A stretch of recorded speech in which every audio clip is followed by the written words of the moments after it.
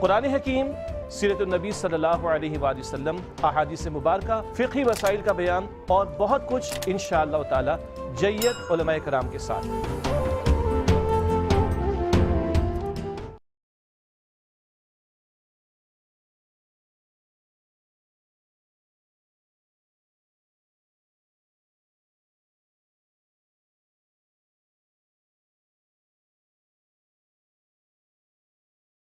بسم اللہ الرحمن الرحیم۔ اللہ تبارک و تعالیٰ کے پاکیزہ ترین نام سے آغاز کرتے ہیں جو بہت مہربان نہایت رحم والا ہے۔ درس بخاری کا سلسلہ کتاب المظالم والغصب تک پہنچا تھا۔ میں نے آپ کو بتایا تھا کہ ظلم جو ہے وہ بہت ہی خطرناک چیز ہے، اور اللہ تعالیٰ کسی ظالم کو، مظلوم کو بدلہ دلوائے بغیر نہیں چھوڑے گا۔ اجازت شرع کے بغیر اگر ہم کسی بھی جاندار کے لیے جسمانی، مالی یا روحانی اذیت و تکلیف کا سبب بنے، اس کو ظلم کہتے ہیں۔ اگر جسمانی تکلیف کا سبب بنے ہیں تو اپنے آپ کو قصاص پر پیش کرنا ضروری ہے کہ آپ ویسے بدلہ مجھ سے لے لیں۔ مال دبایا ہے تو مال واپس کرنا ہوگا، یا پیار محبت سے معاف کروائیں، یا ادائیگی میں مہلت لیں۔ اور روحانی تکلیف پہنچائی ہے تو اب آپ اپنے آپ کو سزا کے لیے پیش کریں کہ آپ کو سزا دینا چاہیں، مجھے سزا دے لیں۔ میں نے آپ کو گالی دی تھی، آپ جواب میں مجھے گالی دے لیں، جبکہ بہتر نہیں ہے کہ وہ شخص دے، لیکن بہرحال اپنے آپ کو پیش کرنا ہوگا، معافی مانگنی ہوگی، اور اس کے بعد اللہ کی بارگاہ میں توبہ کرنی ہوگی۔ پھر بھی ڈرتے رہیں کہ اللہ تعالیٰ چاہے تو توبہ قبول نہ کرے، تو کہیں ایسا نہ ہو میدان محشر میں یہ شخص میری نیکیاں لے جائے۔ لیکن اگر ہم نے اپنی انانیت کو بنیاد بنا کر معافی مانگنے کو اپنے لیے ایک پہاڑ کے برابر تصور کیا، تو میدان محشر میں یہ پہاڑ نہیں ہوگا، یہ بالکل سوئی اور بلکہ ذرے کے برابر ہو جائے گا کہ آدمی کہے کہ مجھے قدموں میں گرنے دے اللہ تعالیٰ، میں پاؤں پکڑ کے معافی مانگ لیتا ہوں لیکن مجھے آج بچا لے، کیونکہ جہنم سامنے ہوگی، 70,000 فرشتے لگامیں ڈال کر اس کو کھینچ رہے ہوں گے، لیکن وہ جوش میں ہوگی اور اللہ کی بارگاہ میں کہہ رہی ہوگی، اللہ تعالیٰ بھیج میرے اندر مجرمین کو، آج میں ان کو سزا دوں گی۔ اور وہاں پہ کچھ مسکراتے روشن چہرے سیدھے ہاتھ میں نامہ اعمال لے کر جنت کی طرف جا رہے ہوں گے۔ ظالم کانپ رہا ہوگا وہاں پر کہ میں ادھر، وہاں سے تو لگتا نہیں کہ وہاں جاؤں جنت کی طرف، کیونکہ میں نے ظلم بہت کیے ہیں، اور جہنم سامنے، تو جو خوف کا عالم ہوگا اس وقت پہ پاؤں میں گرنے کے لیے تیار ہوں گے۔ لیکن یہ دنیا بس دارالعمل ہے، ایک دفعہ مر گئے تو پھر دوسروں کے ہی مرہون منت ہیں کہ اگر کوئی دوسرے اصالِ ثواب کرتے ہیں، دعائیں کرتے ہیں، تو ہو سکتا ہے کہ کچھ راحت کا سامان ہو جائے، لیکن وہ بھی آخر میں اگر مظلوم ہماری ساری نیکیاں نہ لے گیا تو۔ اس لیے ایصال ثواب بہتر ہوتا ہے نا کہ نامہ اعمال میں مرے ہوئے کے جمع ہوتا رہتا ہے کہ اگر احتساب بھی ہو، اس نے کسی کو دینا ہو تو چلو کچھ نیکیاں تو کام آ جائیں گی، لیکن اگر ایسا نہیں ہے تو بس پھر گئے، اللہ تعالیٰ مظلوم کو بدلہ دلوائے گا۔ اس لیے ہم آپ کی خدمت میں گزارش کر رہے ہیں کہ اور سب سے پہلے اپنے آپ کو آئینہ سامنے رکھ کر سمجھ لیں، تصوراتی آئینے میں اپنا عکس دیکھ کر مجھے بھی اپنا احتساب کرنا چاہیے۔ میں آپ سے بھی گزارش کرتا ہوں کہ احتساب کریں اور موت سے پہلے اس کا حساب و کتاب کر جائیں، ورنہ پھنس گئے۔ اگلا باب قائم کیا ہے، باب قول اللہ تعالی الا لعنت اللہ علی الظالمین۔ اللہ تعالیٰ کا ارشاد، سنو ظالموں پر اللہ کی لعنت ہے۔ سورہ ہود آیت نمبر 18 ہے۔ اس کے تحت ایک حدیث لائے ہیں 2441 نمبر، اور حضرت صفوان رضی اللہ تعالیٰ عنہ اس کے راوی ہیں۔ وہ یہ کہتے ہیں کہ جس وقت میں حضرت ابن عمر رضی اللہ تعالیٰ عنہما کے ساتھ جا رہا تھا، میں نے ان کا ہاتھ پکڑا ہوا تھا۔ اس وقت ایک شخص آیا اور اس نے کہا کہ آپ نے رسول اللہ صلی اللہ علیہ وسلم سے النجوہ یعنی سرگوشی کی کیا تفسیر سنی ہے؟ سرگوشی کا ذکر آیت میں وہ میں عرض کرتا ہوں۔ حضرت ابن عمر نے کہا کہ میں نے رسول اللہ صلی اللہ علیہ وسلم کو یہ فرماتے ہوئے سنا ہے کہ بے شک اللہ عز و جل مومن کو قریب کرے گا، پھر اس کے اوپر اپنی رحمت کا پر رکھ دے گا اور اس کو چھپا لے گا، پھر فرمائے گا کیا تم فلاں گناہ کو پہچانتے ہو؟ کیا تم فلاں گناہ کو پہچانتے ہو؟ یعنی اس کو یاد دلائے گا تو نے یہ گناہ کیا، یہ گناہ کیا، یہ گناہ کیا، تو وہ کہے گا کہ ہاں اے میرے رب میں نے کیا، حتیٰ کہ اللہ تعالیٰ اس سے اس کے تمام گناہوں کا اقرار کروائے گا، اور وہ شخص دل میں یہ سمجھے گا کہ وہ ہلاک ہو گیا۔ پھر اللہ تعالیٰ فرمائے گا کہ میں نے دنیا میں تجھ پر پردہ رکھا تھا اور میں آج تجھے بخش دیتا ہوں۔ پھر اس کو اس کی نیکیوں کی کتاب دے دی جائے گی۔ اور سرکار فرماتے ہیں بہرحال کافر اور منافق تو ان کے متعلق اللہ تعالیٰ کا فرمان ہے، اور تمام گواہ یہ کہیں گے کہ یہی وہ لوگ ہیں جنہوں نے اپنے رب پر جھوٹ باندھا تھا، سو ظالموں پر اللہ کی لعنت ہو۔ تو یہ سرگوشی کا جو ذکر قرآن میں بھی اور پھر یہ حدیث میں نبی کریم صلی اللہ علیہ وسلم نے جو ارشاد فرمایا، اس کا مطلب یہ ہے کہ اب دیکھیں اللہ تبارک و تعالیٰ جسمانیت سے پاک و صاف ہے۔ جسم اسے کہتے ہیں جو کسی ایک جگہ پر آ سکے، لمبائی چوڑائی گہرائی میں تقسیم قبول کر سکے، جو کسی حیز میں کسی ایک جگہ میں ہوتا ہے وہ جسم ہوتا ہے، اور اس کی طرف اشارہ کیا جا سکتا ہے۔ یہ جگہ، جسم، یہ سب تو مخلوق ہیں، آگے پیچھے دائیں بائیں اوپر نیچے، یہ تو جہات ستہ کہلاتی ہیں، 6 جہات، یہ سب مخلوق ہیں۔ اس کا مطلب ایک وقت تھا کہ اللہ تھا، کوئی جگہ نہیں تھی، دائیں بائیں اوپر نیچے آگے پیچھے کچھ بھی نہیں تھا، اس کا مطلب اللہ تعالیٰ ان سے پاک و صاف ہے۔ تو یہ یاد رکھیں کہ جب کوئی جسم ہوتا ہے نا تو پھر وہ جسم قریب ہوگا یا دور، یا ہم اس سے قریب ہوں گے یا دور ہوں گے، اور پھر ایک سمت کا تعین، اگر وہ جسم سامنے ہے تو میں کہوں گا سامنے ہے، ادھر ہے تو ادھر، دائیں بائیں پیچھے اوپر نیچے، اللہ تعالیٰ ان سے پاک و صاف۔ تو اب کیسے یہ ہوگا؟ تو مولانا امجد علی خان صاحب، مولانا امجد علی اعظمی صاحب فرماتے ہیں کہ جب میدان محشر میں پہنچیں گے تو بتا دیں گے، یعنی اللہ تبارک و تعالیٰ، یہ دیکھیں ہم کلام ہوگا، سرگوشی فرمائے گا، اور اسی طریقے سے اللہ تبارک و تعالیٰ نے اپنے جلوے کو دکھانا ہے۔ یہ حدیث میں موجود ہے، سرکار فرماتے تو اپنے رب کو بالکل ایسا دیکھو گے جیسے اس رات میں 14ویں رات کے چاند کو دیکھتے ہو جب بادل نہ ہوں، یا دن میں سورج کو دیکھتے ہو جب بادل بالکل بھی نہ ہوں، یعنی مراد ہے بالکل کلیئر اللہ تعالیٰ کو دیکھو گے۔ لیکن کیسے دیکھیں گے؟ وہ اس کی ذات کوئی ایسی تو نہیں ہے کہ سامنے آ جائے، اس کی کوئی نظر اس کی ذات کا احاطہ نہیں کر سکتی، آگے دیکھیں گے پیچھے دائیں بائیں، اس کے لیے سمت نہیں ہے، بہت ہی حیرت انگیز معاملہ ہوگا۔ یہ صرف آپ کو سمجھا رہا ہوں کہ یہ کہ اللہ تبارک و تعالیٰ اس کو قریب کرے گا، اب یہ قریب کرنا کیسے ہوگا، اس کی حقیقت کا ادراک ہم نہیں کر سکتے، حدیث میں موجود ہے اس لیے بس، اور پھر اسے قریب کر کے اس کو پردہ ڈال دے گا اور سرگوشی فرمائے گا۔ اللہ تعالیٰ کا کلام آواز سے پاک و صاف ہے، تو اس کا مطلب ہے دل میں گویا کہ الہام ہوگا، خیال ڈالے گا، بالکل وہ ایسا جیسے گفتگو کر رہا ہوگا لیکن وہ الہام کے ساتھ ہوگا، جیسے شان کے لائق اللہ تعالیٰ کلام فرمائے گا۔ لیکن یہ ضرور ہے کہ وہ اپنی شان کریمی دکھائے گا، اور ایسا ہوگا کہ کوئی شخص کو اللہ تعالیٰ بلائے گا، اس نے ظلم نہیں کیا ہوگا، کیونکہ ظلم کرتا تو پھر تو وہ اللہ تعالیٰ نے ذمہ کرم پہ لے لیا ہے کہ معاف نہیں فرمائے گا، لیکن اس کے گناہ ہوں گے۔ اس میں تو آگے یہ ذکر نہیں ہے، لیکن ایک دوسری حدیث میں ہے کہ پہلے اللہ تعالیٰ اس کے صغیرہ گناہ اس کے سامنے لائے گا، اقرار کروائے گا، کہے گا ہاں یہ بھی کیا، یہ بھی کیا، یہ بھی کیا، تو دل میں ڈر رہا ہوگا کہ اللہ نے اسی لیے مجھے یاد کروا رہا ہے کہ اب سزا ملے گی، لیکن اللہ تبارک و تعالیٰ فرمائے گا گواہ ہو جا کہ میں نے تیرے سارے گناہ معاف کر دیے۔ تو سرکار فرماتے ہیں کہ اس وقت وہ بے قرار ہو کے عرض کرے گا یا رب کریم میرے کچھ کبیرہ گناہ تھے وہ کہاں ہیں؟ یعنی وہ تو ایک دم شیر ہو جائے گا، ایک دم خوشی ملے گی کہ میں تو سمجھ رہا تھا یہ مجھے پکڑ لے گا اللہ تعالیٰ، اور ایک روایت میں یہ ہے کہ وہ سوچے گا کہ یہ تو صغیرہ اگر کبیرہ اللہ نے پیش کر دیا تو کیا ہوگا، لیکن جب اس کو اللہ کی شان کریمی نظر آئے گی کہ اللہ تعالیٰ سارے گناہ اس کے بخش دے گا تو وہ فوراً بے قرار ہو کے کہے گا۔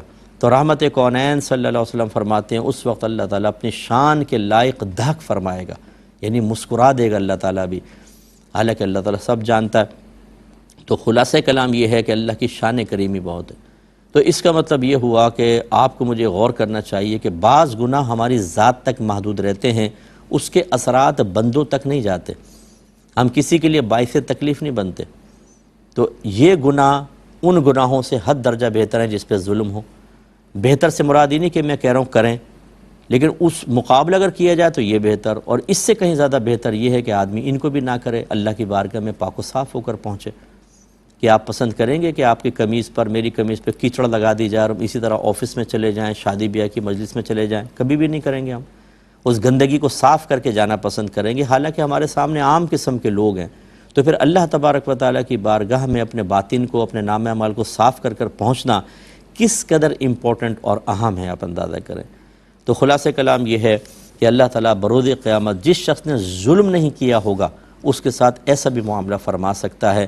تو اس کا مطلب یہ ہوا کہ ظلم سے بچیں، اور اللہ نہ کرے اگر ثابت ہو جائے کہ ظلم کیا ہے، نا پرواہ کریں کہ میرا کتنا مال جا رہا ہے، یعنی ہم نے کہ لوگوں کا مال کھایا ہوا ہے دے دیں، چاہے آپ کنگال ہو کے فٹ پاتھ پر آ جائیں. میں کہتا ہوں سب سے بیسٹ یہ ہے کہ آپ کو صبر کا ثواب تو ملے گا، تنگ دستی کا تو ثواب ملے گا، لیکن جو ہم سیٹ بن کر بیٹھے ہوئے ہیں لوگوں کے پیسے کھا رہے ہیں، اس کا حساب و کتاب دینا آخرت میں بہت ہی مشکل ہوگا. اگلے باب کی طرف آتے ہیں. باب لا یظلم المسلم المسلم ولا یسلمہ، مسلمان پر خود ظلم کرے اور نہ کسی اور کو اس پر ظلم کرنے دے. یعنی ایک تو ہے کہ ہم ظلم کریں، یہ نہیں ہونا چاہیے. دوسرا، اگر کوئی ظالم مظلوم پر ظلم کر رہا ہے تو ہم ظلم نہ ہونے دیں. اور یہ اس صورت میں ہوتا ہے کہ جب آپ کو قدرت حاصل ہو، آپ اس کا ہاتھ روک سکتے ہوں، آپ کے پاس طاقت ہے، منصب ہے، تو پھر یہ لازم ہے کہ آپ اس ظالم کو ظلم کرنے سے روکیں. اور اگر ایسا نہیں ہے، وہ آپ سے طاقتور ہے، اگر آپ روکنے کی کوشش کریں گے آپ بھی مارے جائیں گے، تو پھر اس آیت پر عمل کرنا ہوگا کہ وَلَا تُلْقُوا بِأَيْدِيكُمْ إِلَى التَّهْلُكَةِ، اپنے آپ کو ہلاکت پر پیش نہ کرو، یہ تو خودکشی ہوگی. تو اگر آپ اطراف میں کوئی ظلم ہوتے دیکھتے ہیں، ہر ایک بیچارہ طاقت نہیں رکھتا ہے، وہ جائے گا اسی کو گولی مار دیں گے، اسی کو پیٹ دیں گے، پتہ چلا 6 مہینے بستر پہ پڑا ہوا ہے بیچارہ ٹانگیں توڑوا کے. تو ایسی اگر صورتحال ہے تو کم از کم دل میں برا جان ہے. یہ بھی نہ ہو کہ آپ ہنسیں ٹھٹا اور تماشا لگا کے کھڑے ہوئے ہیں، دیکھ رہے ہیں سب کے سب. اس جگہ پر اللہ کی لعنت نازل ہوتی ہے جہاں کسی پر ظلم ہو رہا ہو، اور آپ تماش بین بن جائیں، یہ غلط ہے. آپ پہ بھی لعنت نازل ہو جائے گی. کم از کم وہاں سے ہٹ جائیں اور دل میں برا جانے کے ٹھیک نہیں ہو رہا تو بری ذمہ ہوں گے انشاءاللہ میدان محشر میں. حدیث ہے 2442 نمبر، حضرت عبداللہ بن عمر اور رضی اللہ تعالی عنہما اس کے راوی ہیں. وہ کہتے ہیں کہ رسول اللہ صلی اللہ علیہ وسلم نے ارشاد فرمایا، مسلمان کا بھائی ہے، وہ نہ اس پر خود ظلم کرے اور نہ کسی اور کو اس پر ظلم کرنے دے. اور جو اپنے بھائی کی ضرورت پوری کرنے میں مشغول رہتا ہے، اللہ تبارک و تعالی اس کی ضرورت پوری کرنے میں رہتا ہے.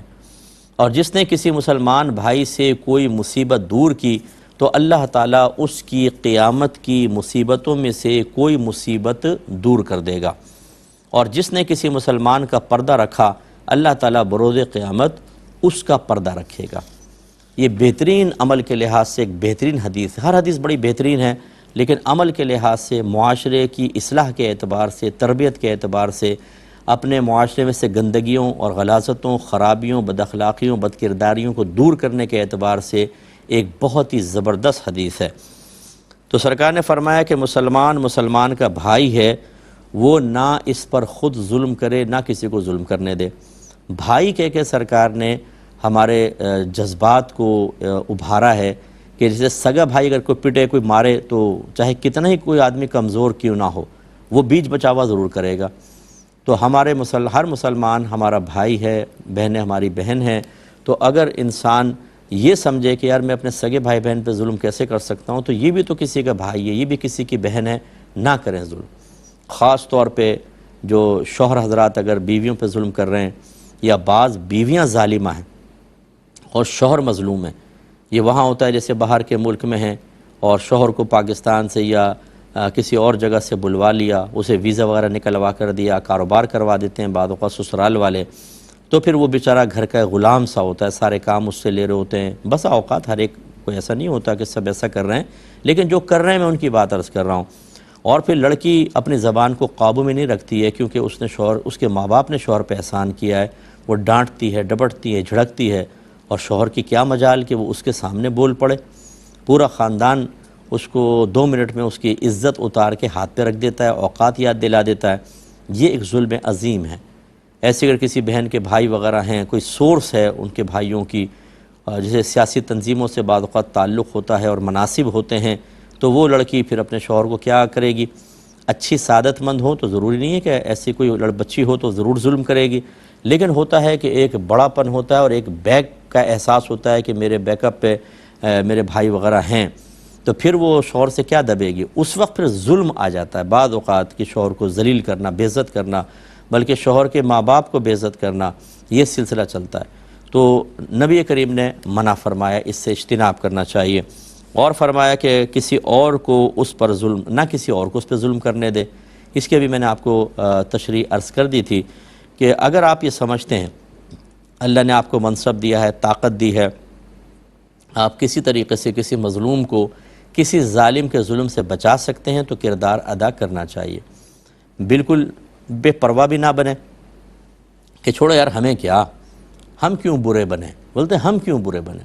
آپ کے نبی تو فرما رہے ہیں اگر یہ برا بننا ہے معاذ اللہ ثم معاذ اللہ تو آپ کے نبی کہہ رہے ہیں بنو، کسی مسلمان پہ کسی کو ظلم نہ کرنے دو۔ تو اگر آپ کو اللہ نے طاقت دی ہے تو پھر یہ نہ دیکھیں کہ میں برا بن جاؤں گا، آپ پہ تو واجب ہے کہ مظلوم کی مدد کریں گے۔ اور اگر فرض کر لیں کہ آپ یہ سمجھتے ہیں کہ میں نہیں کروں گا، میں خود ہلاکت میں مبتلا ہو جاؤں گا، سامنے والے نے بات تو ماننی نہیں ہے، تو پھر آپ دل میں اس کو برا جانیں اور وہاں سے ہٹ جائیں، پھر تماش بھی نہ بنے، ورنہ آپ کے لیے بھی گناہ ہوگا۔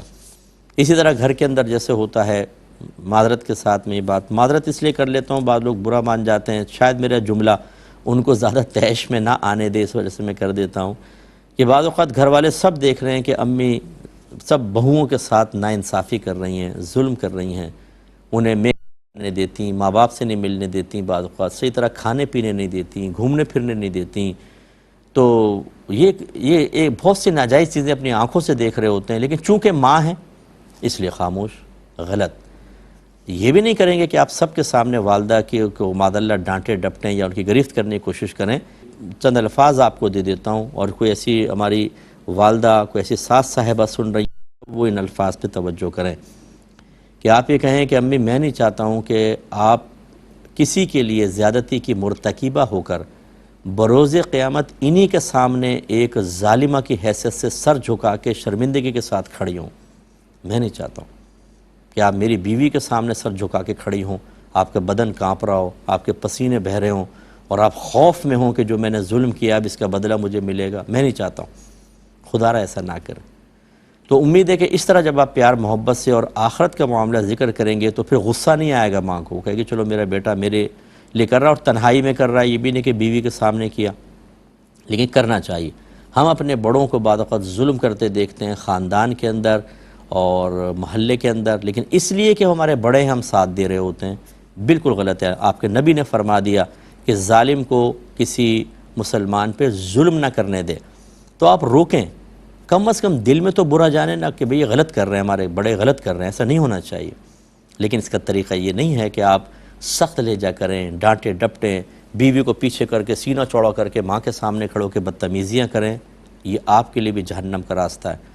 تنہائی میں سمجھائیں، جیسے میں نے گزارش کی، پیار محبت سے پاؤں پکڑ کر ادب احترام کے ساتھ یہ کرنا ضروری ہے، ورنہ ہماری نگاہوں کے سامنے ہمارے بڑے بیچارے وہاں پھنسیں گے، ہمیں شرمندگی ہوگی۔ اللہ تعالیٰ عمل کی توفیق عطا فرمائے۔ وآخر دعوانا ان الحمد للہ رب العالمین۔